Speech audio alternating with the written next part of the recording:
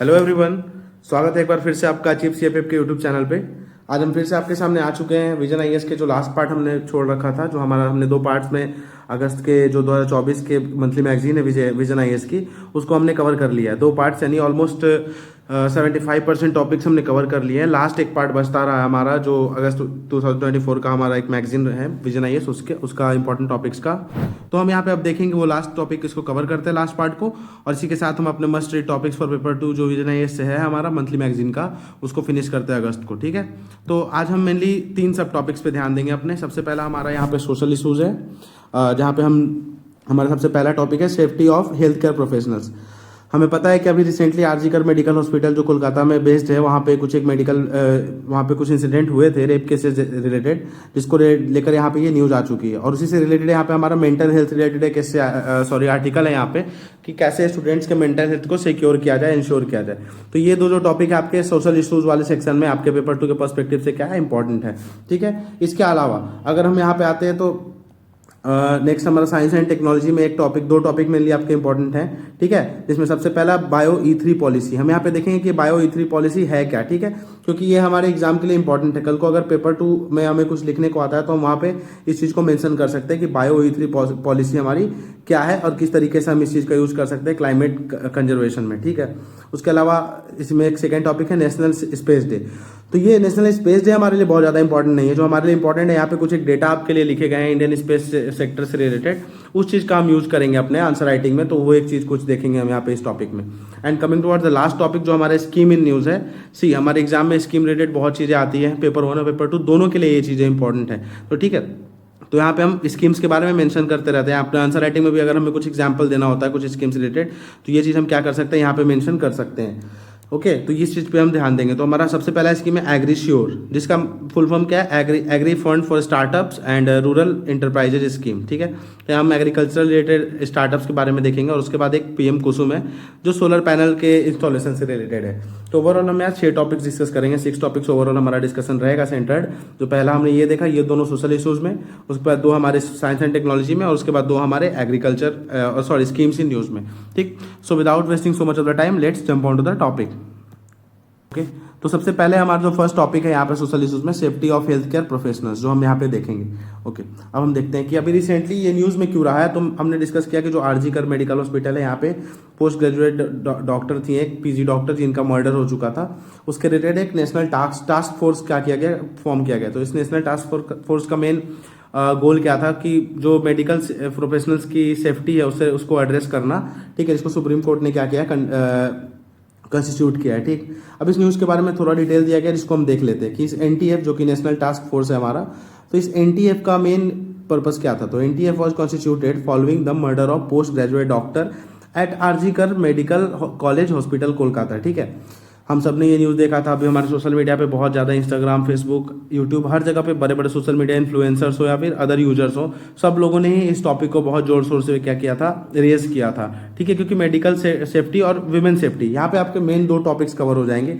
एक तो health related आपका जो मेडिकल सेफ्टी है प्रोफेशनल्स का, उसको, और दूसरा विमेन सेफ्टी। ठीक है, और ये दोनों ही हमारे पेपर 2 के पर्सपेक्टिव से क्या है, एक इंपॉर्टेंट थीम कंस्टिट्यूट करते हैं। ठीक, तो यहाँ पे आपका एक नहीं 2 थीम प्रिपेयर हो जाएगा। विमेन रिलेटेड भी कुछ चीज़ें हम देखेंगे, कैसे हम अपने हेल्थ केयर सिस्टम को और सेफ्टी जो इंश्योर कर सकते हैं वर्क प्लेस पे विमेन की। इससे आपको एक चीज याद आना चाहिए, रोहिणी कमीशन। ठीक है, रोहिणी गाइडलाइंस, ठीक है, जो बताई गई थी कैसे सेक्सुअल हरासमेंट से वुमेन को प्रोटेक्ट करना है एट वर्क प्लेस। तो यहाँ पे ये चीज़ आप ध्यान रख सकते हैं। तो आगे हम देखते हैं कि एनटीएफ जो मैंडेट है, एनटीएफ नेशनल टास्क फोर्स जो है हमारा, ये एनटीएफ, इसका मेन मैंडेट क्या है। तो इसका मेन मैंडेट है formulate effective recommendations to remedy the issues of safety and working conditions and well-being of medical professionals and other related matters। ठीक है, इसका मेन मोटिव क्या है कि फॉर्मुलेट करना है, ऐसे रिकमेंडेशंस बनाना है जिसका मेन पर्पस क्या है, रिकमेंड करना। इस टास्क फोर्स का मेन पर्पस रिकमेंड करना ये है कि ऐसे रिमेडी ढूंढी जाए जो क्या कर सके, जो मेडिकल प्रोफेशनल्स है उनके सेफ्टी को इंश्योर करे, उनके वर्किंग कंडीशंस को इंश्योर किया जाए, और उनके टोटल ओवरऑल वेलबींग और जो भी उनसे रिलेटेड अदर मैटर्स हैं उन सबको भी क्या कर सके, हम यहाँ पे एड्रेस कर सके। ठीक है, तो ये चीज़ हमारा मेन एक फोकस एरिया रहेगा इस आर्टिकल में जिसके 4 थीमेटिक सब ग्रुप्स भी बनाए गए थे। अब यहाँ पे आपको बहुत ज़्यादा डिटेल में नहीं देखना है, पर फॉर इन्फॉर्मेशन हम यहाँ पे इस चीज़ को कवर कर लेते हैं। जैसे सबसे पहला था कि स्ट्रेंथन करना हमें क्या, infrastructure in medical institutions. Medical institutions में क्या करना है, इंफ्रास्ट्रक्चर स्ट्रेंथन करना, जहाँ पे प्रॉपर सीसीटीवी कैमरास हो, अटेंडेंस सिस्टम हो, और कोई भी जो हमारे बाहरी लोग आ रहे हैं या फिर प्रोफेशनल हेल्थ केयर प्रोफेशनल्स आ रहे हैं उनका डेटा एक प्रॉपर अवेलेबल हो, जिससे क्या कर सके हम एक ट्रैक रिकॉर्ड रख सकें उनके वर्किंग का और उनके साथ जो भी लोग इंटरैक्ट कर रहे हैं उन सब चीज़ का। उसके साथ से स्ट्रेंथनिंग द सिक्योरिटी सिस्टम, हम सिक्योरिटी सिस्टम को क्या करेंगे, स्ट्रेंथन करेंगे।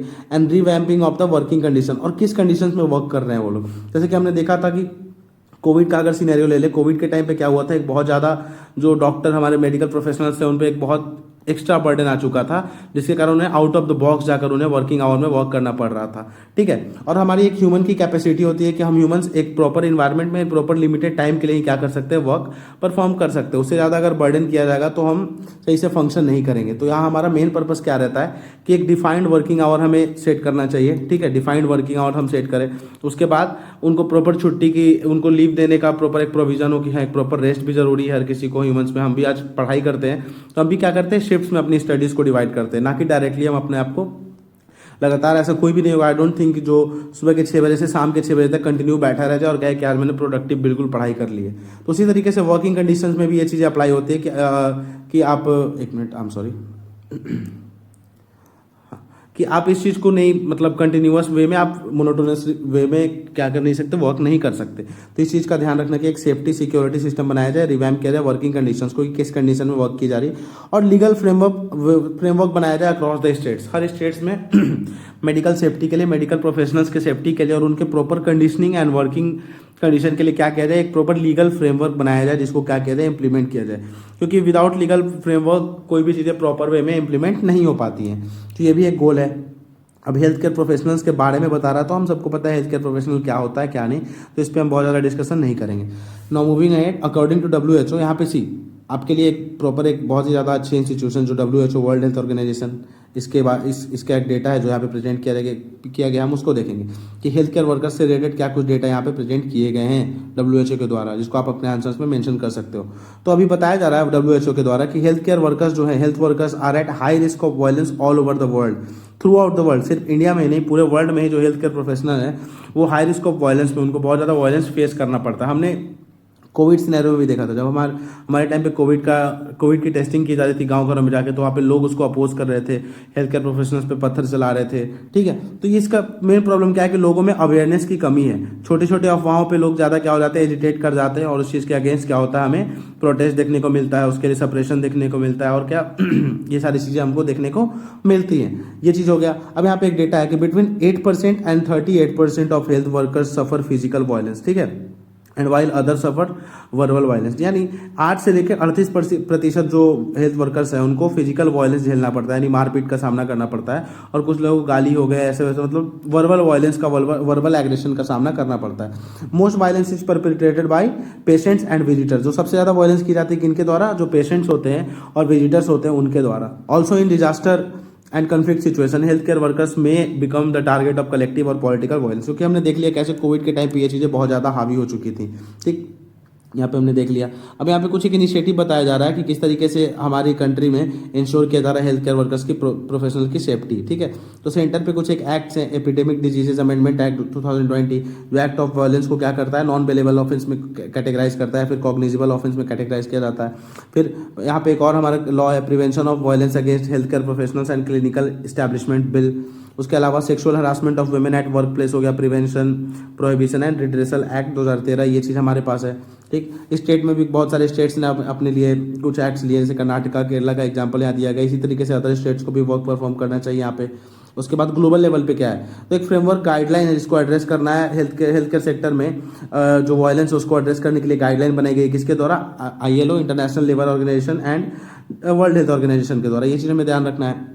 उसके बाद zero policy for zero tolerance policy on violence, इस चीज़ को भी फॉर्मुलेट किया गया यूके के नेशनल हेल्थ सर्विस के द्वारा। उसके अलावा safety measures like security personnels, उसके बाद पैनिक बटन्स जो हो गए, अगर ऐसा कुछ सिचुएशन होता है तो तुरंत पैनिक बटन प्रेस कर दिया जाए, जिससे क्या हो जाए, लोगों में अवेयरनेस ये चीज़ फैल जाए कि यार they are at the risk. ठीक है। और मैंडेटरी डी एस्केलेशन ट्रेनिंग, उनको डी एस्केलेशन ट्रेनिंग भी दी जाए, ठीक है, जो कि हमारे ऑस्ट्रेलियन हॉस्पिटल्स में ये चीज़ इंट्रोड्यूस कर दी गई है। अगर आपका हेल्थ केयर प्रोफेशनल रिलेटेड कुछ अगर ऐसा कुछ आता है इससे, तो आप वहाँ पे क्या कर सकते हैं, इस चीज़ को मेंशन कर सकते हो एग्जांपल्स के हमारे वर्ल्ड लेवल पे, इंडिविजुअल लेवल पे, ये हर चीज़ें क्या है, परसिस्टेंट हैं आज के टाइम पे। ठीक, अब चैलेंजेस क्या हैं, चैलेंजेस डॉक्टर्स के सामने क्या, हेल्थ केयर सेक्टर में प्रोफेशनल्स के सामने, हम ये चीज़ देख लेते हैं। तो सबसे पहले इनएडिक्वेट सिक्योरिटी प्रोविजन है, जो कि हमने देखा कि सिक्योरिटी प्रोविजंस को हमें और बोल्स्टर करने की जरूरत है। पुअर इंफ्रास्ट्रक्चर है, ठीक है, प्रॉपर फंक्शनिंग सीसीटीवी कैमराज नहीं होते हॉस्पिटल में, गवर्नमेंट हॉस्पिटल में, और ये कंडीशन तो और भी ज़्यादा खराब है।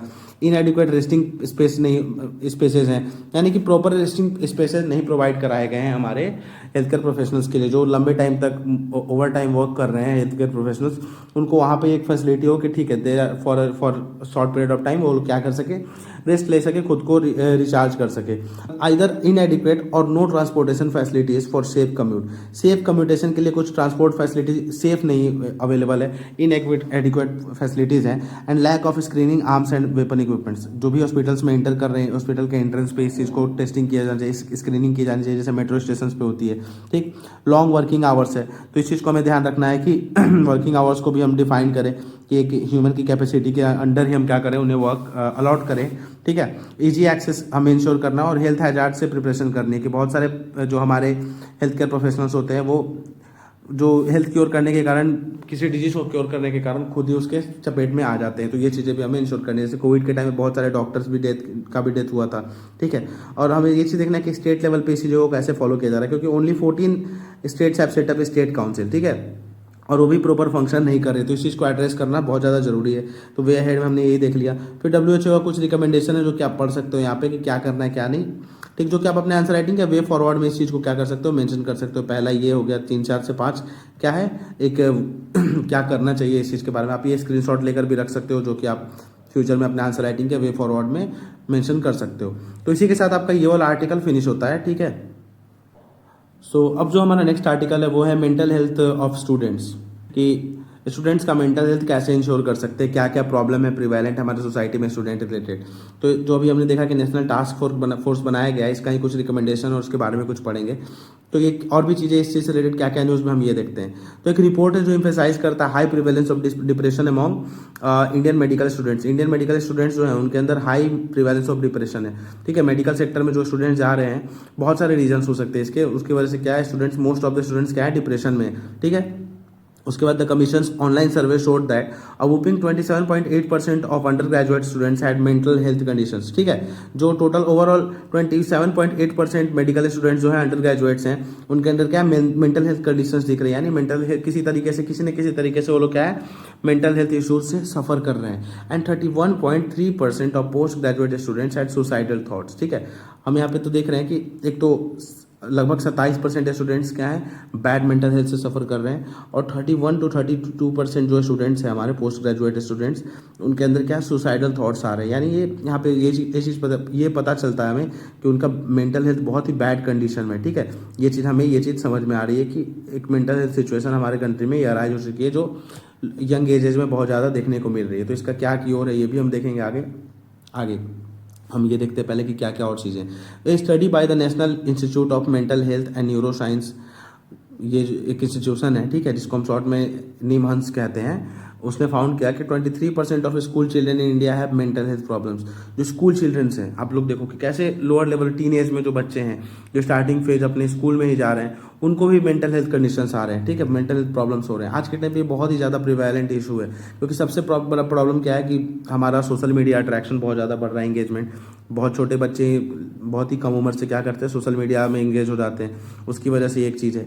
उसकी वजह से क्या हुआ, फिजिकल एक्टिविटीज़ हमारे रिड्यूस हो गई लोअर एजेस में, जिसकी वजह से उनका मेंटल डेवलपमेंट भी प्रॉपर वे में नहीं हो पाया। तो ये सारी कंडीशंस है जो कि आप कहीं ना कहीं अदर एस्पेक्ट्स में अपने आंसर्स में इस चीज़ को मेंशन कर सकते हो। तो उसका नेशनल मेंटल हेल्थ सर्वे हुआ था, NMHS, जिसने रिपोर्ट किया कि 7% प्रिवेलेंस ऑफ साइकाइट्रिक डिसऑर्डर्स, ठीक है। साइकाइट्री में मेंटल लेवल पे कुछ डिसऑर्डर है 13 से 17 ईयर्स के बच्चों में, ठीक है। ये बहुत बड़ा एक कंसर्न है हमारे लिए कि 13 से 17 साल के बच्चे, जो कि एक वाइटल एज होता है, वाइटल एज ऑफ डेवलपमेंट होता है किसी भी इंसान के जीवन में, 13 से 17 साल जो टीन एज हम कहते हैं, एक बहुत बड़ा रोल प्ले करता है हमारे पर्सनैलिटी को शेप करने में। जो हम यहाँ पे करते हैं वही चीज़ हमारे बाकी के लाइफ में रिफ्लेक्ट होती हैं। तो इस एज में ही बच्चे क्या साइकाइट्रिक डिसऑर्डर से जूझ रहे हैं, ठीक है, उनको एक प्रॉब्लम आ रही है, ठीक। और ये दोनों ही जेंडर में हो रहा है, ऐसा नहीं कि कोई जेंडर स्पेसिफिक है, ठीक। उसके अलावा एक और स्टडी कंडक्ट कराई गई किसके द्वारा, सिजोफ्रेनिया रिसर्च फाउंडेशन जो कि चेन्नई में है।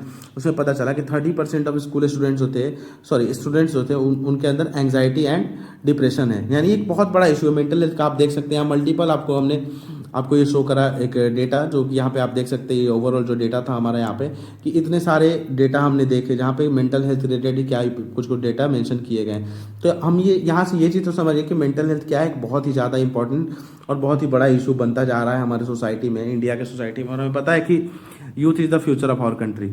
यूथ से ही हमारी कंट्री का डेवलपमेंट है, और जब यूथ का ही मेंटल हेल्थ सही नहीं रहेगा तो हम किस तरीके से उनका प्रॉपर पार्टिसिपेशन अपनी इकोनॉमिक एक्टिविटीज़ में, पॉलिटिकल एक्टिविटीज़ में इंश्योर कर पाएंगे। तो इस चीज़ को अगर हमें डील करना है तो हमारे लिए सबसे इंपॉर्टेंट क्या है कि हम यूथ्स को मेंटल हेल्थ से वो प्रॉपर एक उनके लिए sound mental health environment create कराएं। तो ये जो हम मेंटल हेल्थ बात करते हैं, ये है क्या चीज़? तो ये मेंटल हेल्थ ऐसा स्टेट ऑफ वेल बीइंग है जहाँ पे हम प्रॉपरली अपने पोटेंशियल का बेस्ट यूटिलाइजेशन कर पाते हैं विदाउट एनी स्ट्रेस, ठीक है। आप इमेजिन करते हो अगर आप पढ़ने बैठ रहे हो लाइफ में, ठीक है, अपने स्कूल में, अगर आप अभी तैयारी कर रहे हो, you are preparing for examination, CAPF की तैयारी कर रहे हो, CDS की तैयारी कर रहे हो, तो जब आप अपने स्टडी टेबल पे बैठते हो, फिर जो भी अपना रेगुलर रूटीन फॉलो करते होगे, तो वहाँ पे आप देखते होगे अगर आपका मेंटल हेल्थ बहुत साउंड है, अगर आपने प्रॉपर वे में अपने आप को सुबह से रूटीन फॉलो करते हैं, और अगर आप मेंटल पीस लेवल पे हो तो आपकी स्टडी भी बहुत बढ़िया होगी। And on the other hand, अगर आपका कुछ लाइफ में चल रहा है, कुछ ऐसा मतलब जो चीज़ डिस्टर्बिंग है, जो चीज़ आपको डिस्टर्ब कर रही है, डिस्ट्रैक्ट कर रही है, या फिर आप सोशल मीडिया में ही बहुत ज़्यादा इंगेज हो, तो वहाँ पे आपका अटेंशन स्पैन भी घट जाता है, और जो भी आप पढ़ रहे हो प्रोडक्टिव नहीं हो पाता, ठीक है। स्टडी के लिए सबसे ज़्यादा जरूरी क्या है? प्रोडक्टिविटी होना, ठीक। Productivity is most important thing to study well. ये चीज़ हो गई, ठीक है, जहाँ पे हमारा क्वालिटी मैटर करता है, ठीक है, आप कितने कम टाइम में कितना बेस्ट पढ़ रहे हो। तो ये सारी चीज़ें कब आएंगी हमारे माइंड में? जब हम अपने बेस्ट पोटेंशियल का यूज़ करेंगे और हमारा मेंटल हेल्थ जब साउंड होगा, ठीक। ये चीज़ हमने देखा कि मेंटल हेल्थ क्या है। अब यहाँ पे हमें देखना है कि कौन कौन से फैक्टर हैं जो जिसकी वजह से ये चीज़ें ऐसी बहुत ज़्यादा प्रिवेलेंट हो रही हैं। तो factors contributing to mental health problems among students, कौन कौन से फैक्टर हैं? तो सबसे बड़ा फैक्टर है immediate triggers and precipitating factors. जैसे मेंटल हेल्थ क्राइसिस, सबसे बड़ा फाइनेंशियल लॉस हो गया, कुछ सडन ग्रीफ है, कुछ लाइफ में ऐसा कुछ मिसहैप हो गया, मेंटल हेल्थ प्रॉब्लम आ रही है, डिटेरियोरेट हो रहा है, और ओवर स्ट्रेस हो रहा है, एग्जाम में फेल हो रहे हो आप, पब्लिक ह्यूमिलेशन हो रहा है, तो इसकी वजह से सुसाइड केसेस बढ़ रहे हैं। जैसे IITs में आप देख सकते हैं, अगर आप इस फेज में हो, प्रिपरेशन फेज में हो, तो आप भी इस चीज़ से रिलेट कर पाते हो कि लाइफ में बहुत ज़्यादा ऐसे सिनेरियोस आते हैं बहुत बार जब हमें पढ़ने का मन भी नहीं करता, हम सोचते हैं, हमें सेल्फ डाउट होने लगता है। तो ये सारी चीज़ें क्या है? मेंटल हेल्थ की तरफ ही तो हमें इशारा कर रही है कि ठीक है यार, और इस चीज़ से आप कब डील करोगे? जब आप अच्छे से पढ़ रहे हो, you are doing well in your life, तो ये सारी चीज़ों से आप दूर रहोगे, ठीक। ये सारे थॉट्स आपके दिमाग में बहुत हद तक नहीं आएंगे।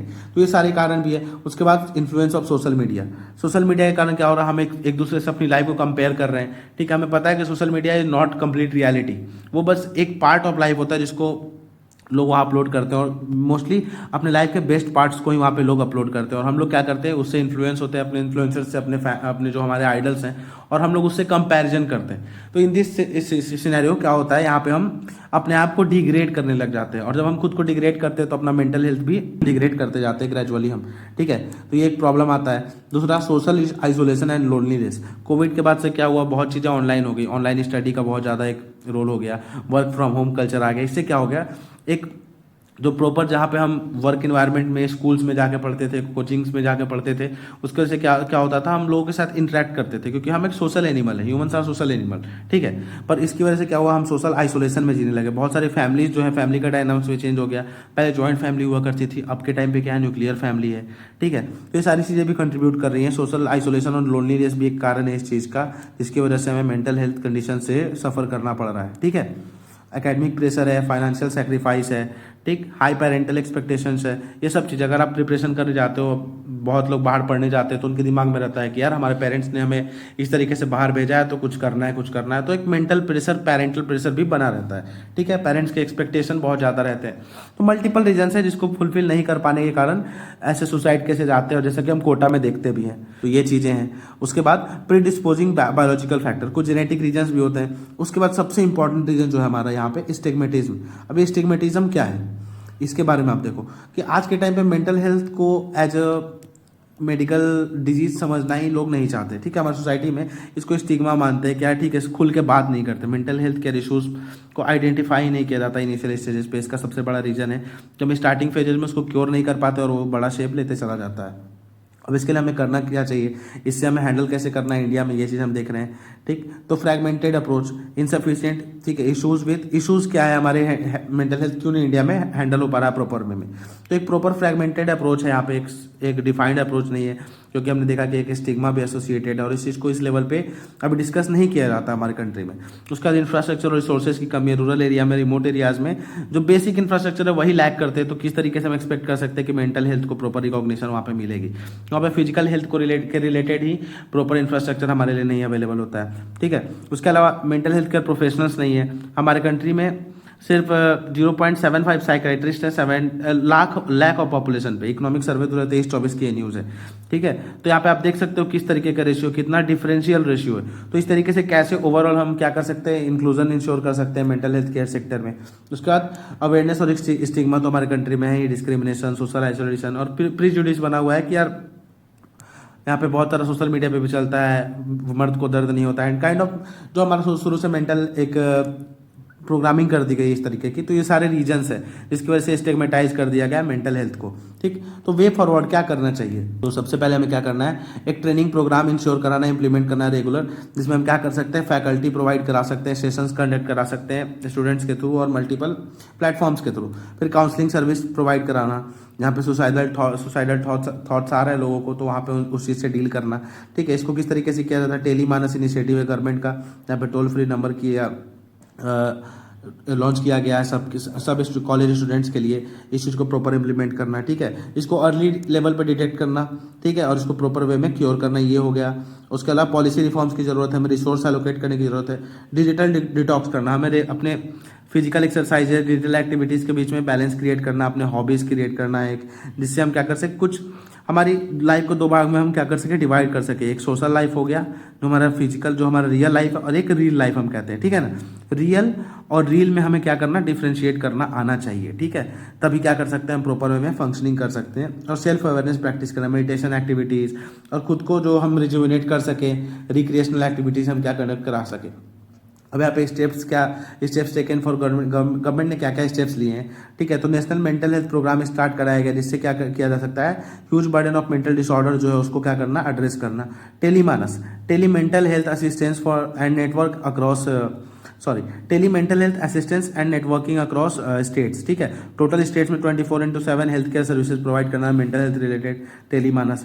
उसके बाद क्या है, मेंटल हेल्थ केयर एक्ट है 2017 का, साथी प्रोग्राम है मेंटल हेल्थ को सपोर्ट करने के लिए। उसके बाद helping adolescent thrive initiative had, adolescent level पे मेंटल हेल्थ केयर को इंश्योर करना, और रैगिंग को बैन कर दिया था सुप्रीम कोर्ट ने 2001 में। तो ये भी एक इम्पॉर्टेंट स्टेप था हमारे गवर्नमेंट के द्वारा, हमारी जुडिशरी के द्वारा मेंटल हेल्थ को क्योर करने के लिए। तो हमने वे फॉरवर्ड भी देख लिया कि क्या क्या किया जा सकता है। इसी के साथ हमारा ये वाला भी टॉपिक होता है खत्म। ठीक, coming to the next topic, अब हम अपने नेक्स्ट टॉपिक को देखेंगे। अब जो हमारा नेक्स्ट टॉपिक है वो है थीम है science and technology.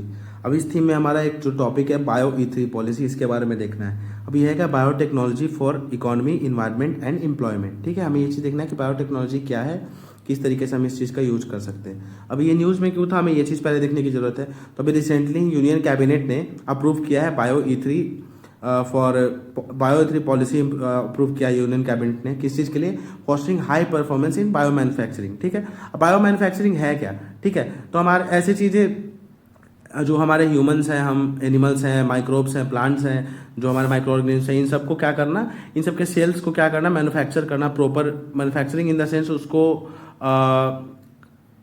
Kind of कह सकते हैं आप, उसको इवॉल्व करना, इन्हांस करना, उसमें इंजीनियरिंग करना कुछ तरीके की, जिससे क्या हो सके हम उसकी प्रिसीजन एंड इफिशिएंसी क्या कर सकते हैं, हम इंक्रीज कर सकते हैं ताकि हम कॉमर्शियली इंपॉर्टेंट प्रोडक्ट्स को लार्ज स्केल पे क्रिएट कर सके, या फिर जो हमारे नीड है उसके अकॉर्डिंगली हम उस चीज़ को अपने केटर कर पाए। मेनली बायो मैन्युफैक्चरिंग यही है, ठीक है। New products banana from the old products, जो बायो से रिलेटेड, बायो क्या होता है, लाइफ, विच हैज़ लाइफ, ठीक है।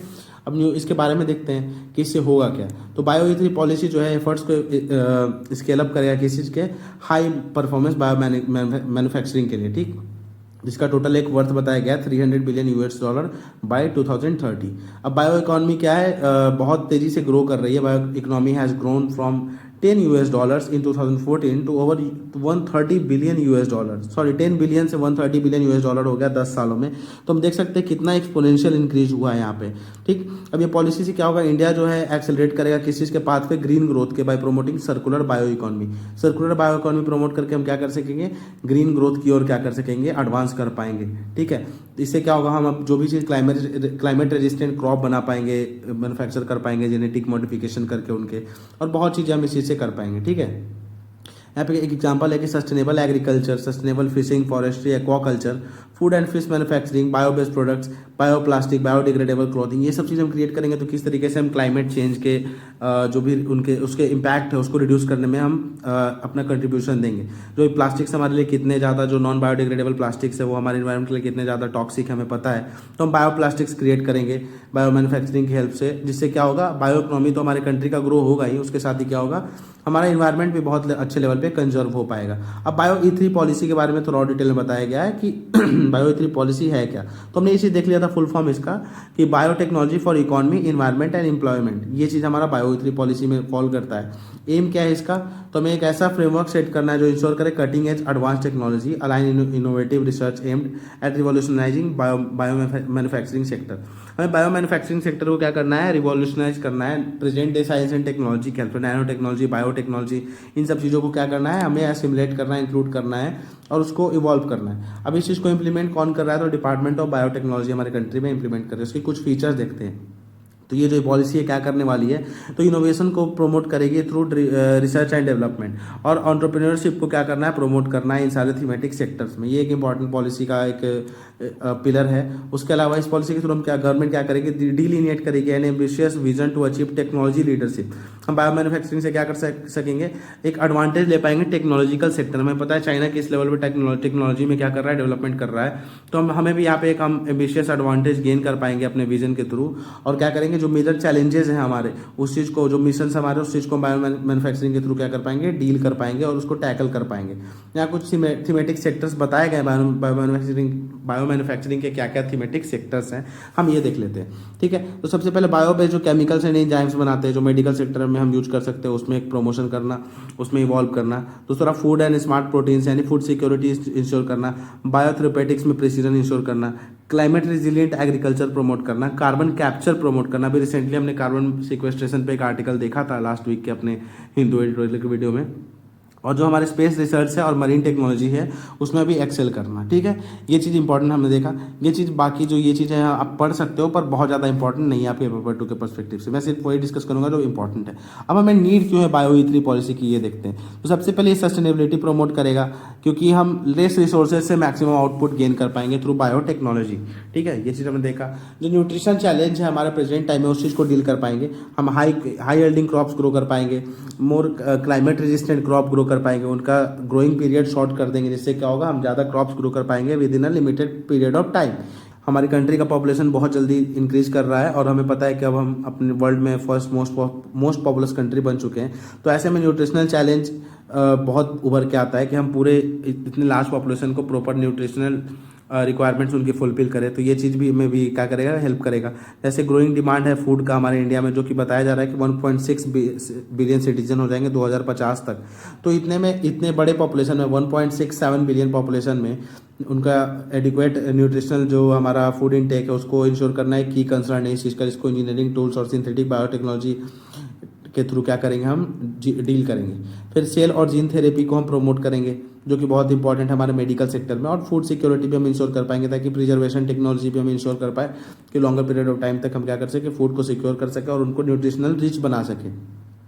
क्लाइमेट चेंज मिटिगेशन तो होगा इस चीज़ से, क्योंकि क्लाइमेट रेजिलिएंट क्रॉप ग्रो कर पाएंगे हम, ठीक है, ये सारी चीज़ें हैं। और हम जो हमारा फ्यूल सेक्टर है, फॉसल फ्यूल सेक्टर है, उसमें भी क्या कर पाएंगे हम, एक प्रॉपर वे में बायो ग्रीन हाइड्रोजन हो गया, बायोगैस हो गया, इन सब चीज़ के प्रोडक्शन को भी हम लार्ज अमाउंट में कर पाएंगे, जो कि हमारा इको फ्रेंडली होता है, ठीक है।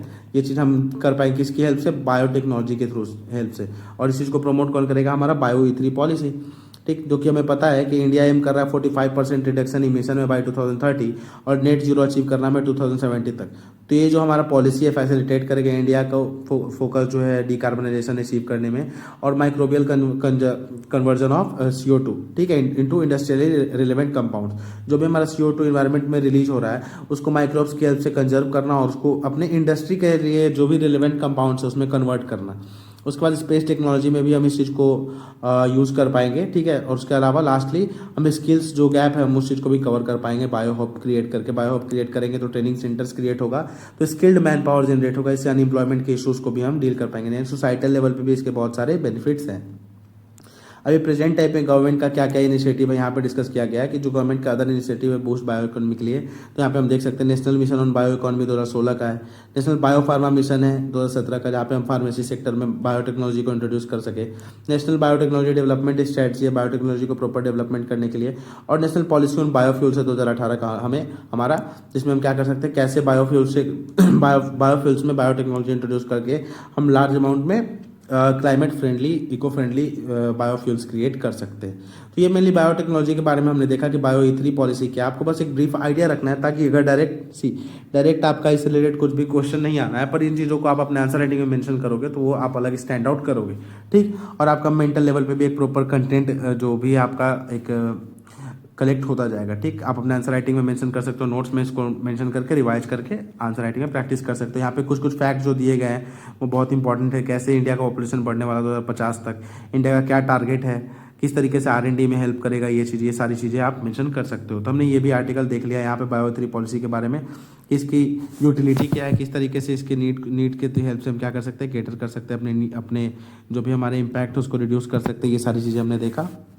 तो ये इस तरीके से हमारा ये टॉपिक भी यहाँ पे होता है फिनिश। अब यहाँ पे जो हमारा नेक्स्ट टॉपिक है वो है नेशनल स्पेस डे।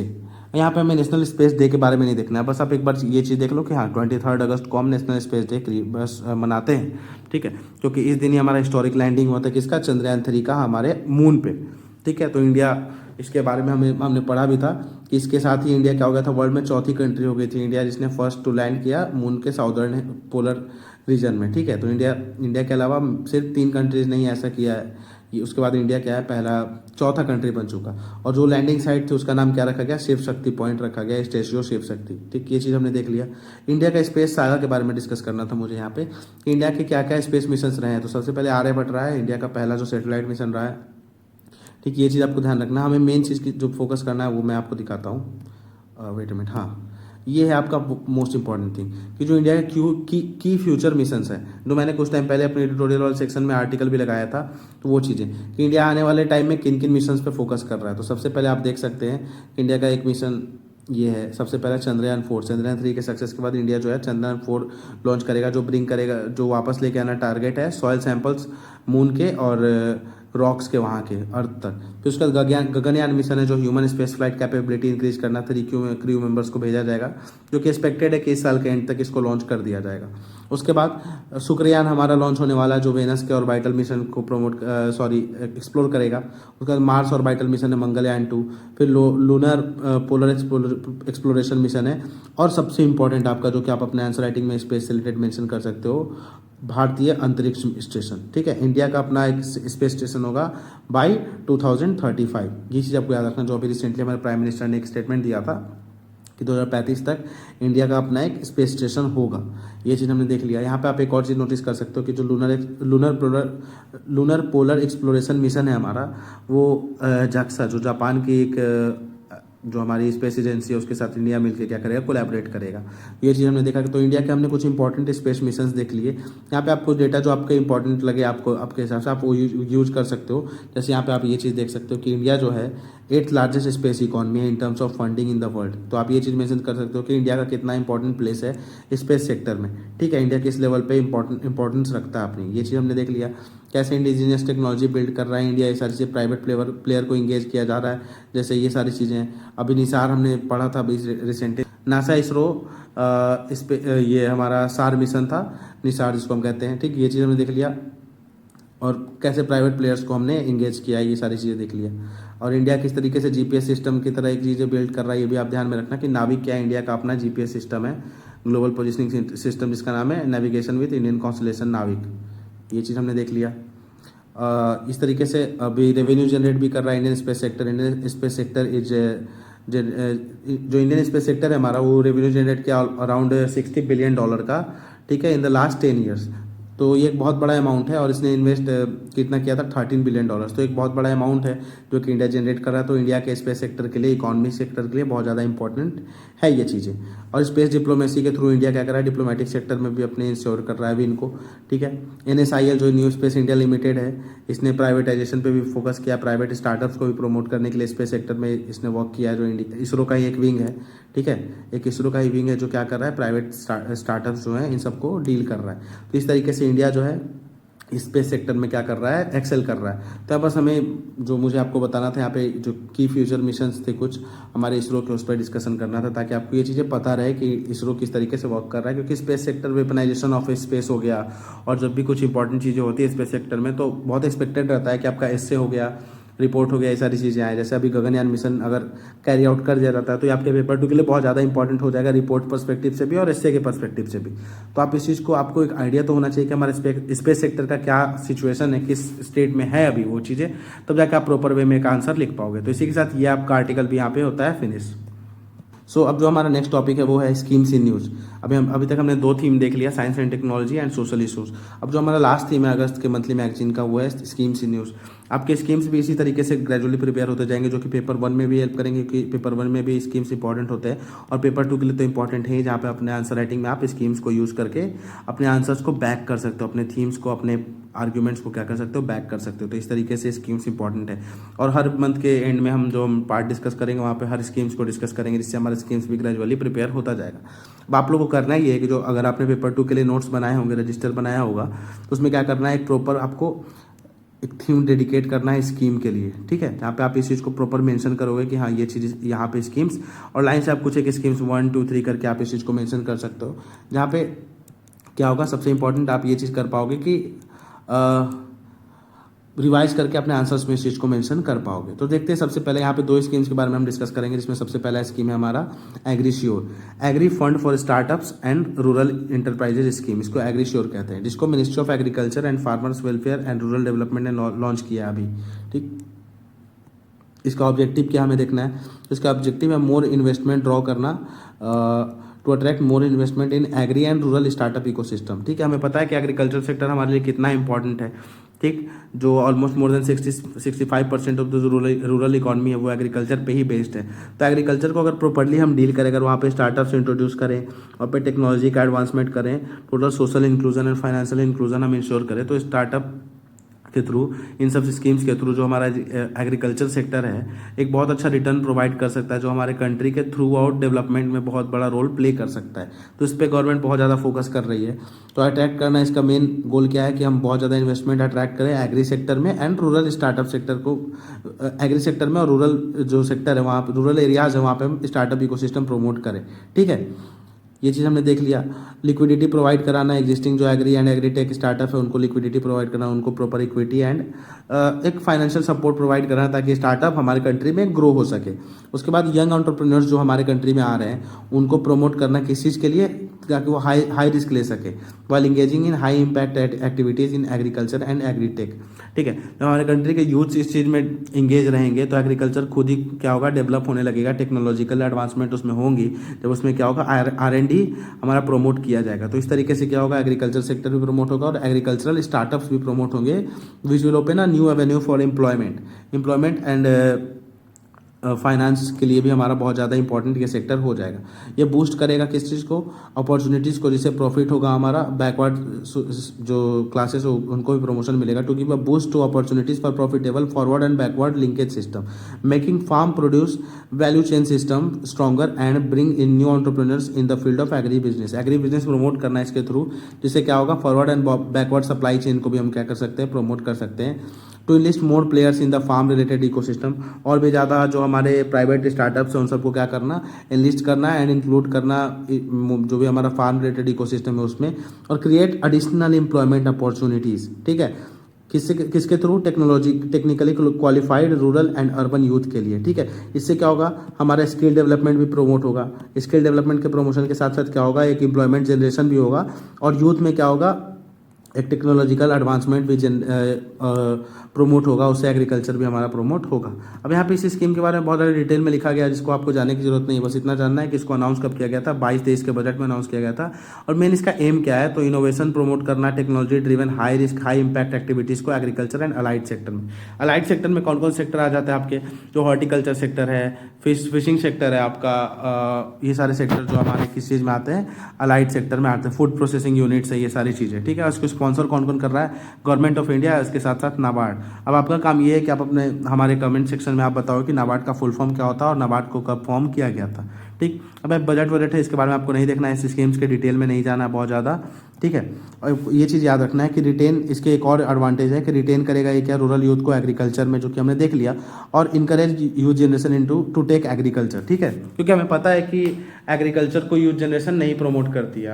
आज के जनरेशन में एग्रीकल्चर बस एक बैकअप ऑप्शन की तरह देखा जाता है। ठीक, उस हाई लेवल पे जैसे डिफरेंट कंट्री, डेवलप्ड कंट्रीज में एग्रीकल्चर को एज ए करियर देखा जाता है, हमारे कंट्री में एग्रीकल्चर को एज ए करियर नहीं देखा जाता है। जो हम एग्रीकल्चर में स्टार्टअप प्रमोट करेंगे, रिसर्च एंड डेवलपमेंट प्रमोट करेंगे, तो इससे क्या होगा, यूथ जो है इस सेक्टर में रिटेन करेंगे, और जो आने वाली जनरेशन है उनको भी एक इंस्पिरेशन मिलेगा कि हमें एग्रीकल्चर सेक्टर में इंगेज होना है। ठीक है, यहाँ पे कुछ एग्जांपल्स दिए गए एग्रीकल्चर से और अलाइड सेक्टर के, जैसे एग्रीटेक हो गया, फूड प्रोसेसिंग यूनिट हो गया, animal husbandry, fishery, supply chain management, farm mechanisation, biotechnology introduce करना। और जो हमारा वेस्ट, जैसे हम देखते हैं कि जो हमारे हरियाणा पंजाब वाले रीजन है उनके वहाँ पे स्टबल बर्निंग की वजह से जो पॉल्यूशन हो रहा है उस चीज़ को कैसे मैनेज करना है, रिन्यूएबल एनर्जी कैसे प्रमोट करना है, जिससे हम क्या कर सकते, क्लाइमेट रेजिलिएंट एग्रीकल्चर प्रमोट कर सके। ठीक है, ये सारे कोऑपरेटिव सोसाइटीज़ का कैसे डेवलपमेंट करना है। ठीक है, ये सारी चीज़ें, टेक्नोलॉजी का सपोर्ट करना है फार्म लेवल पे, और क्लाइमेट चेंज जो हमने डिस्कस कर लिया। तो ये सारी चीज़ें क्या है, गोल है इस चीज़ की, किस तरीके से हम इस चीज़ को प्रमोट करेंगे एट द फ्यूचर लेवल। ठीक है, अब जो हमारा लास्ट टॉपिक है पीएम कुसुम, ये क्या है, इसके बारे में देखते हैं। ये भी एक स्कीम है जो कि इसका फुल फॉर्म क्या है, प्रधानमंत्री किसान ऊर्जा सुरक्षा एवं उत्थान महाभियान स्कीम। ठीक है, पीएम कुसुम। ठीक, इसके बारे में देख लेते हैं, इसको कौन लॉन्च कर रहा है। ये हमारा हो गया ministry of new and renewable energy. ये कब लॉन्च हुआ था, 2019 में। जिसका मेन टारगेट क्या है, सोलर कैपेसिटी इंक्रीज करना हमारे कंट्री में लगभग 35,000 मेगावाट का बाई मार्च 2026। ये एक सेंट्रल सेक्टर स्कीम है, आपको ये भी चीज़ें याद रखनी है कि ये एक सेंट्रल सेक्टर स्कीम है। ठीक, 2019 में लॉन्च हुआ था। तो ये सारी चीज़ें आपको ध्यान में रखनी है। एलिजिबिलिटी से आपको कोई लेना देना नहीं है, आपको बस एक चीज़ ध्यान रखना, ऑब्जेक्टिव क्या है इसका। तो रिन्यूएबल एनर्जी कॉर्पोरेट करना किस चीज़ में, इनकॉर्पोरेट करना हमारा फार्मिंग सेक्टर में। ठीक है, इरिगेशन सेक्टर में हमें रिन्यूएबल एनर्जी प्रमोट करना है। ठीक है, रिप्लेस करना हाई कॉस्ट डीजल जो होता है, डीजल जो चीज़ यूज़ होता है उससे सोलर एनर्जी हम उसकी जगह यूज़ करें, फॉसिल फ्यूल पर हमारा डिपेंडेंसी कम होगा। ठीक है, रिड्यूस करना है एग्रीकल्चर इलेक्ट्रिसिटी सब्सिडी बर्डन जो स्टेट प्रोवाइड कराती है, उससे क्या होगा, जब हम सोलर एनर्जी पे शिफ्ट करेंगे तो जो सेंटर का जो या फिर जो हमारी गवर्नमेंट है उस पर एक बर्डन है, जो एक सब्सिडी प्रोवाइड कराना इलेक्ट्रिसिटी की, वो भी कम होगी कि इलेक्ट्रिसिटी का जो रिक्वायरमेंट्स है हमारे रिन्यूएबल सोर्स ऑफ एनर्जी यानी सोलर एनर्जी से हम क्या कर पाएंगे, फुलफिल कर रहे होंगे। ये हो गया। और फिर फार्मर को हेल्प करना गेन करने में solar water pumps at subsidised rates. ठीक है, ताकि फार्मर के लिए एक्सेसिबिलिटी, हमारा मेन गोल सिर्फ पॉलिसी फॉर्मुलेशन पे भी नहीं होना है, उसके इम्प्लीमेंटेशन पे भी ध्यान देने की हमें ज़रूरत है। क्योंकि अगर हम पॉलिसी बना तो रहे हैं पर उसको प्रॉपर वे में इम्प्लीमेंट नहीं कर रहे तो वो फ्रूटफुल नहीं होगी। तो हमने जैसे ये पीएम कुसुम बनाया तो हमारा टारगेट था कि सोलर एनर्जी प्रमोट करना, तो हम उसको सब्सिडाइज वे में जो हमारे फार्मर्स है उन तक प्रोवाइड भी कराएंगे सब्सिडी के थ्रू, ताकि उनके पे एक्सेसिबिलिटी बढ़े इस चीज़ की। ठीक है, और फार्मर्स को और एवेन्यू प्रोवाइड कराना ताकि वो अपने बैरन लैंड को क्या करें, यूटिलाइज कर सके सोलर पावर प्लांट्स सेटअप करके, जिससे क्या होगा, एनर्जी जनरेशन वो कर पाएंगे। ठीक है, इसके कुछ कंपोनेंट्स हैं जिसको डिटेल में आप पढ़ सकते हैं, वैसा ज़्यादा इंपॉर्टेंट नहीं है आपके एग्जाम के पर्सपेक्टिव से। तो यहाँ पे मेनली हमने दो स्कीम देखा, सबसे पहले पीएम कुसुम देखा, फिर एग्रीश्योर देखा। यहाँ पे इस तरीके से आपका जो ये थीम था, थर्ड थीम स्कीमी न्यूज़ भी यहाँ पे होता है कंप्लीट। इसके अलावा और भी कुछ भी इंपॉर्टेंट टॉपिक नहीं थे आपके पेपर 2 के पर्सपेक्टिव से। पेपर 1 के लिए अगर आप पढ़ना चाहते हो तो और भी चीज़ें हैं, बहुत चीज़ें पेपर 1 के लिए पढ़ने के लिए, पर पेपर 2 के पर्सपेक्टिव से यही कुछ एक इंपॉर्टेंट चीज़ें थी जो आप अपने आंसर राइटिंग में, रिपोर्ट राइटिंग में, आर्ग्यूमेंट राइटिंग में, एग्जाम्पल्स के थ्रू, डेटा के थ्रू, स्कीम्स के थ्रू, या फिर आपको प्रॉपर एक आर्ग्यूमेंट भी यहाँ पे प्रोवाइड करा दिया गया, जिससे आपको एक आइडिया होगा कि आप आंसर राइटिंग में क्या लिख सकते हैं और कैसे लिख सकते हैं। तो यहाँ पे हमने इस चीज़ से डील कर लिया। तो अभी तक हमने कितने टॉपिक्स टोटल डिस्कस किए, हम ये चीज़ देख लेते हैं कि हमने टोटल 6 टॉपिक्स डिस्कस किए। यहाँ पे सबसे पहले सोशल इशूज से हमने स्टार्ट किया और safety of health care professionals के बारे में देखा। यहाँ पे हमने कुछ डेटा भी डिस्कस किया, WHO के भी डेटा को डिस्कस किया, ये चीज़ हमने देख लिया। फिर वर्ल्ड लेवल पे, इंडिविजुअल लेवल पे क्या है, हमारे कंट्री लेवल पे ये सारी चीज़ें, चैलेंजेस हमने देख लिया क्या है, वे हेड क्या है। फिर मेंटल इशू पे आए हम, हेल्थ जो मेंटल हेल्थ इशू है हमारे स्टूडेंट्स में, उस पर देखा हमने, हमारे पास कुछ डेटा भी प्रेजेंट किए गए। उसके अलावा क्या क्या मेंटल हेल्थ क्या है, ठीक है, कैसे इससे डील करना, क्या रीजन्स है मेंटल हेल्थ डिटेरियोरेशन के, हमने ये भी देखा। इसी के साथ हमने इस टॉपिक को भी डील किया। उसके अलावा साइंस एंड टेक में हम देखे बायो ई3 फ्यूल क्या है, किस तरीके से ये क्लाइमेट चेंज में कंट्रीब्यूट करेगा और किस तरीके से हमारी कंट्री को एक नया एवेन्यू प्रोवाइड होगा, एक नया होराइजन ही पूरा ओपन अप हो जाएगा हमारे कंट्री के डेवलपमेंट के लिए इन technology, science and technology sector. हमने ये देखा। बायो मैन्युफैक्चरिंग, बायो इकोनॉमी के बारे में समझा। उसके बाद हमने स्पेस के बारे में देखा कि हमारा स्पेस सेक्टर किस तरीके से वर्क कर रहा है, अभी प्रेजेंट में हमारा क्या स्टेटस है वर्ल्ड लेवल पे। उसके अलावा हमारे क्या फ्यूचर मिशंस है हमारे कंट्री के स्पेस सेक्टर में, ये भी चीज़ हमने यहाँ पे डिस्कस कर लिया, जो कि बहुत इंपॉर्टेंट है आपके पेपर 1 एंड पेपर 2 दोनों के पर्सपेक्टिव से। और उसके बाद लास्टली जो हमने स्कीम्स देखा। तो इसी के साथ आपका ये पार्ट यहाँ पे फिनिश होता है, जो कि हमने विजन जो हमारा मंथली था, इस चीज़ को हमने क्या कर लिया, कंप्लीट कर लिया। हमारे अगस्त मंथ के जो हमारे विजन की मैगजीन थी, उसको पूरी तरह से हमने 3 पार्ट्स में क्या कर लिया, डिस्कस कर लिया और कंप्लीट कर लिया। जो भी हमारे पेपर 2 के लिए मस्ट रीड टॉपिक्स थे, हमने उस पर क्या कर लिया है, डिस्कशन करके इस चीज़ को फिनिश कर दिया। तो इसी के साथ आप अपने नोट्स क्रिएट कर सकते हैं वीडियो देख के। और मैं इसके साथ साथ ही एडिटोरियल के एनालिसिस लाता हूँ एवरी वीकेंड।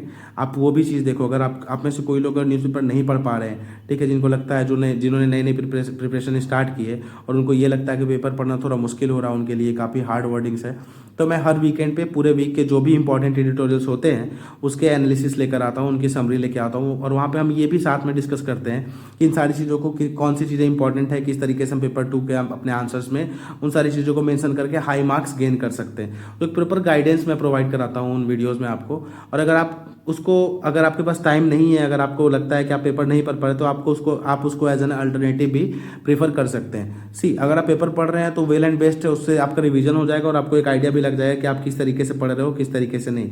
पर अगर आप पेपर नहीं पढ़ पा रहे हो तो keep it as alternative for time being. Later on आपको वो चीज़ पेपर पढ़नी ही पड़ेगी, क्योंकि पेपर 1 के लिए, पेपर 2 के लिए, दोनों के लिए न्यूज़पेपर बहुत ज़्यादा इंपॉर्टेंट रोल प्ले करता है। तो ये चीज़ हमने देख लिया। इसी के साथ हमारा लेक्चर यहाँ पे फिनिश होता है विजन IAS का अगस्त का। अब नेक्स्ट मंथ के लेक्चर के साथ मैं आपके सामने आऊँगा, तब तक आप यहाँ पे बने रहें। Thanks for being with me till the last. Thank you so much. जय हिंद।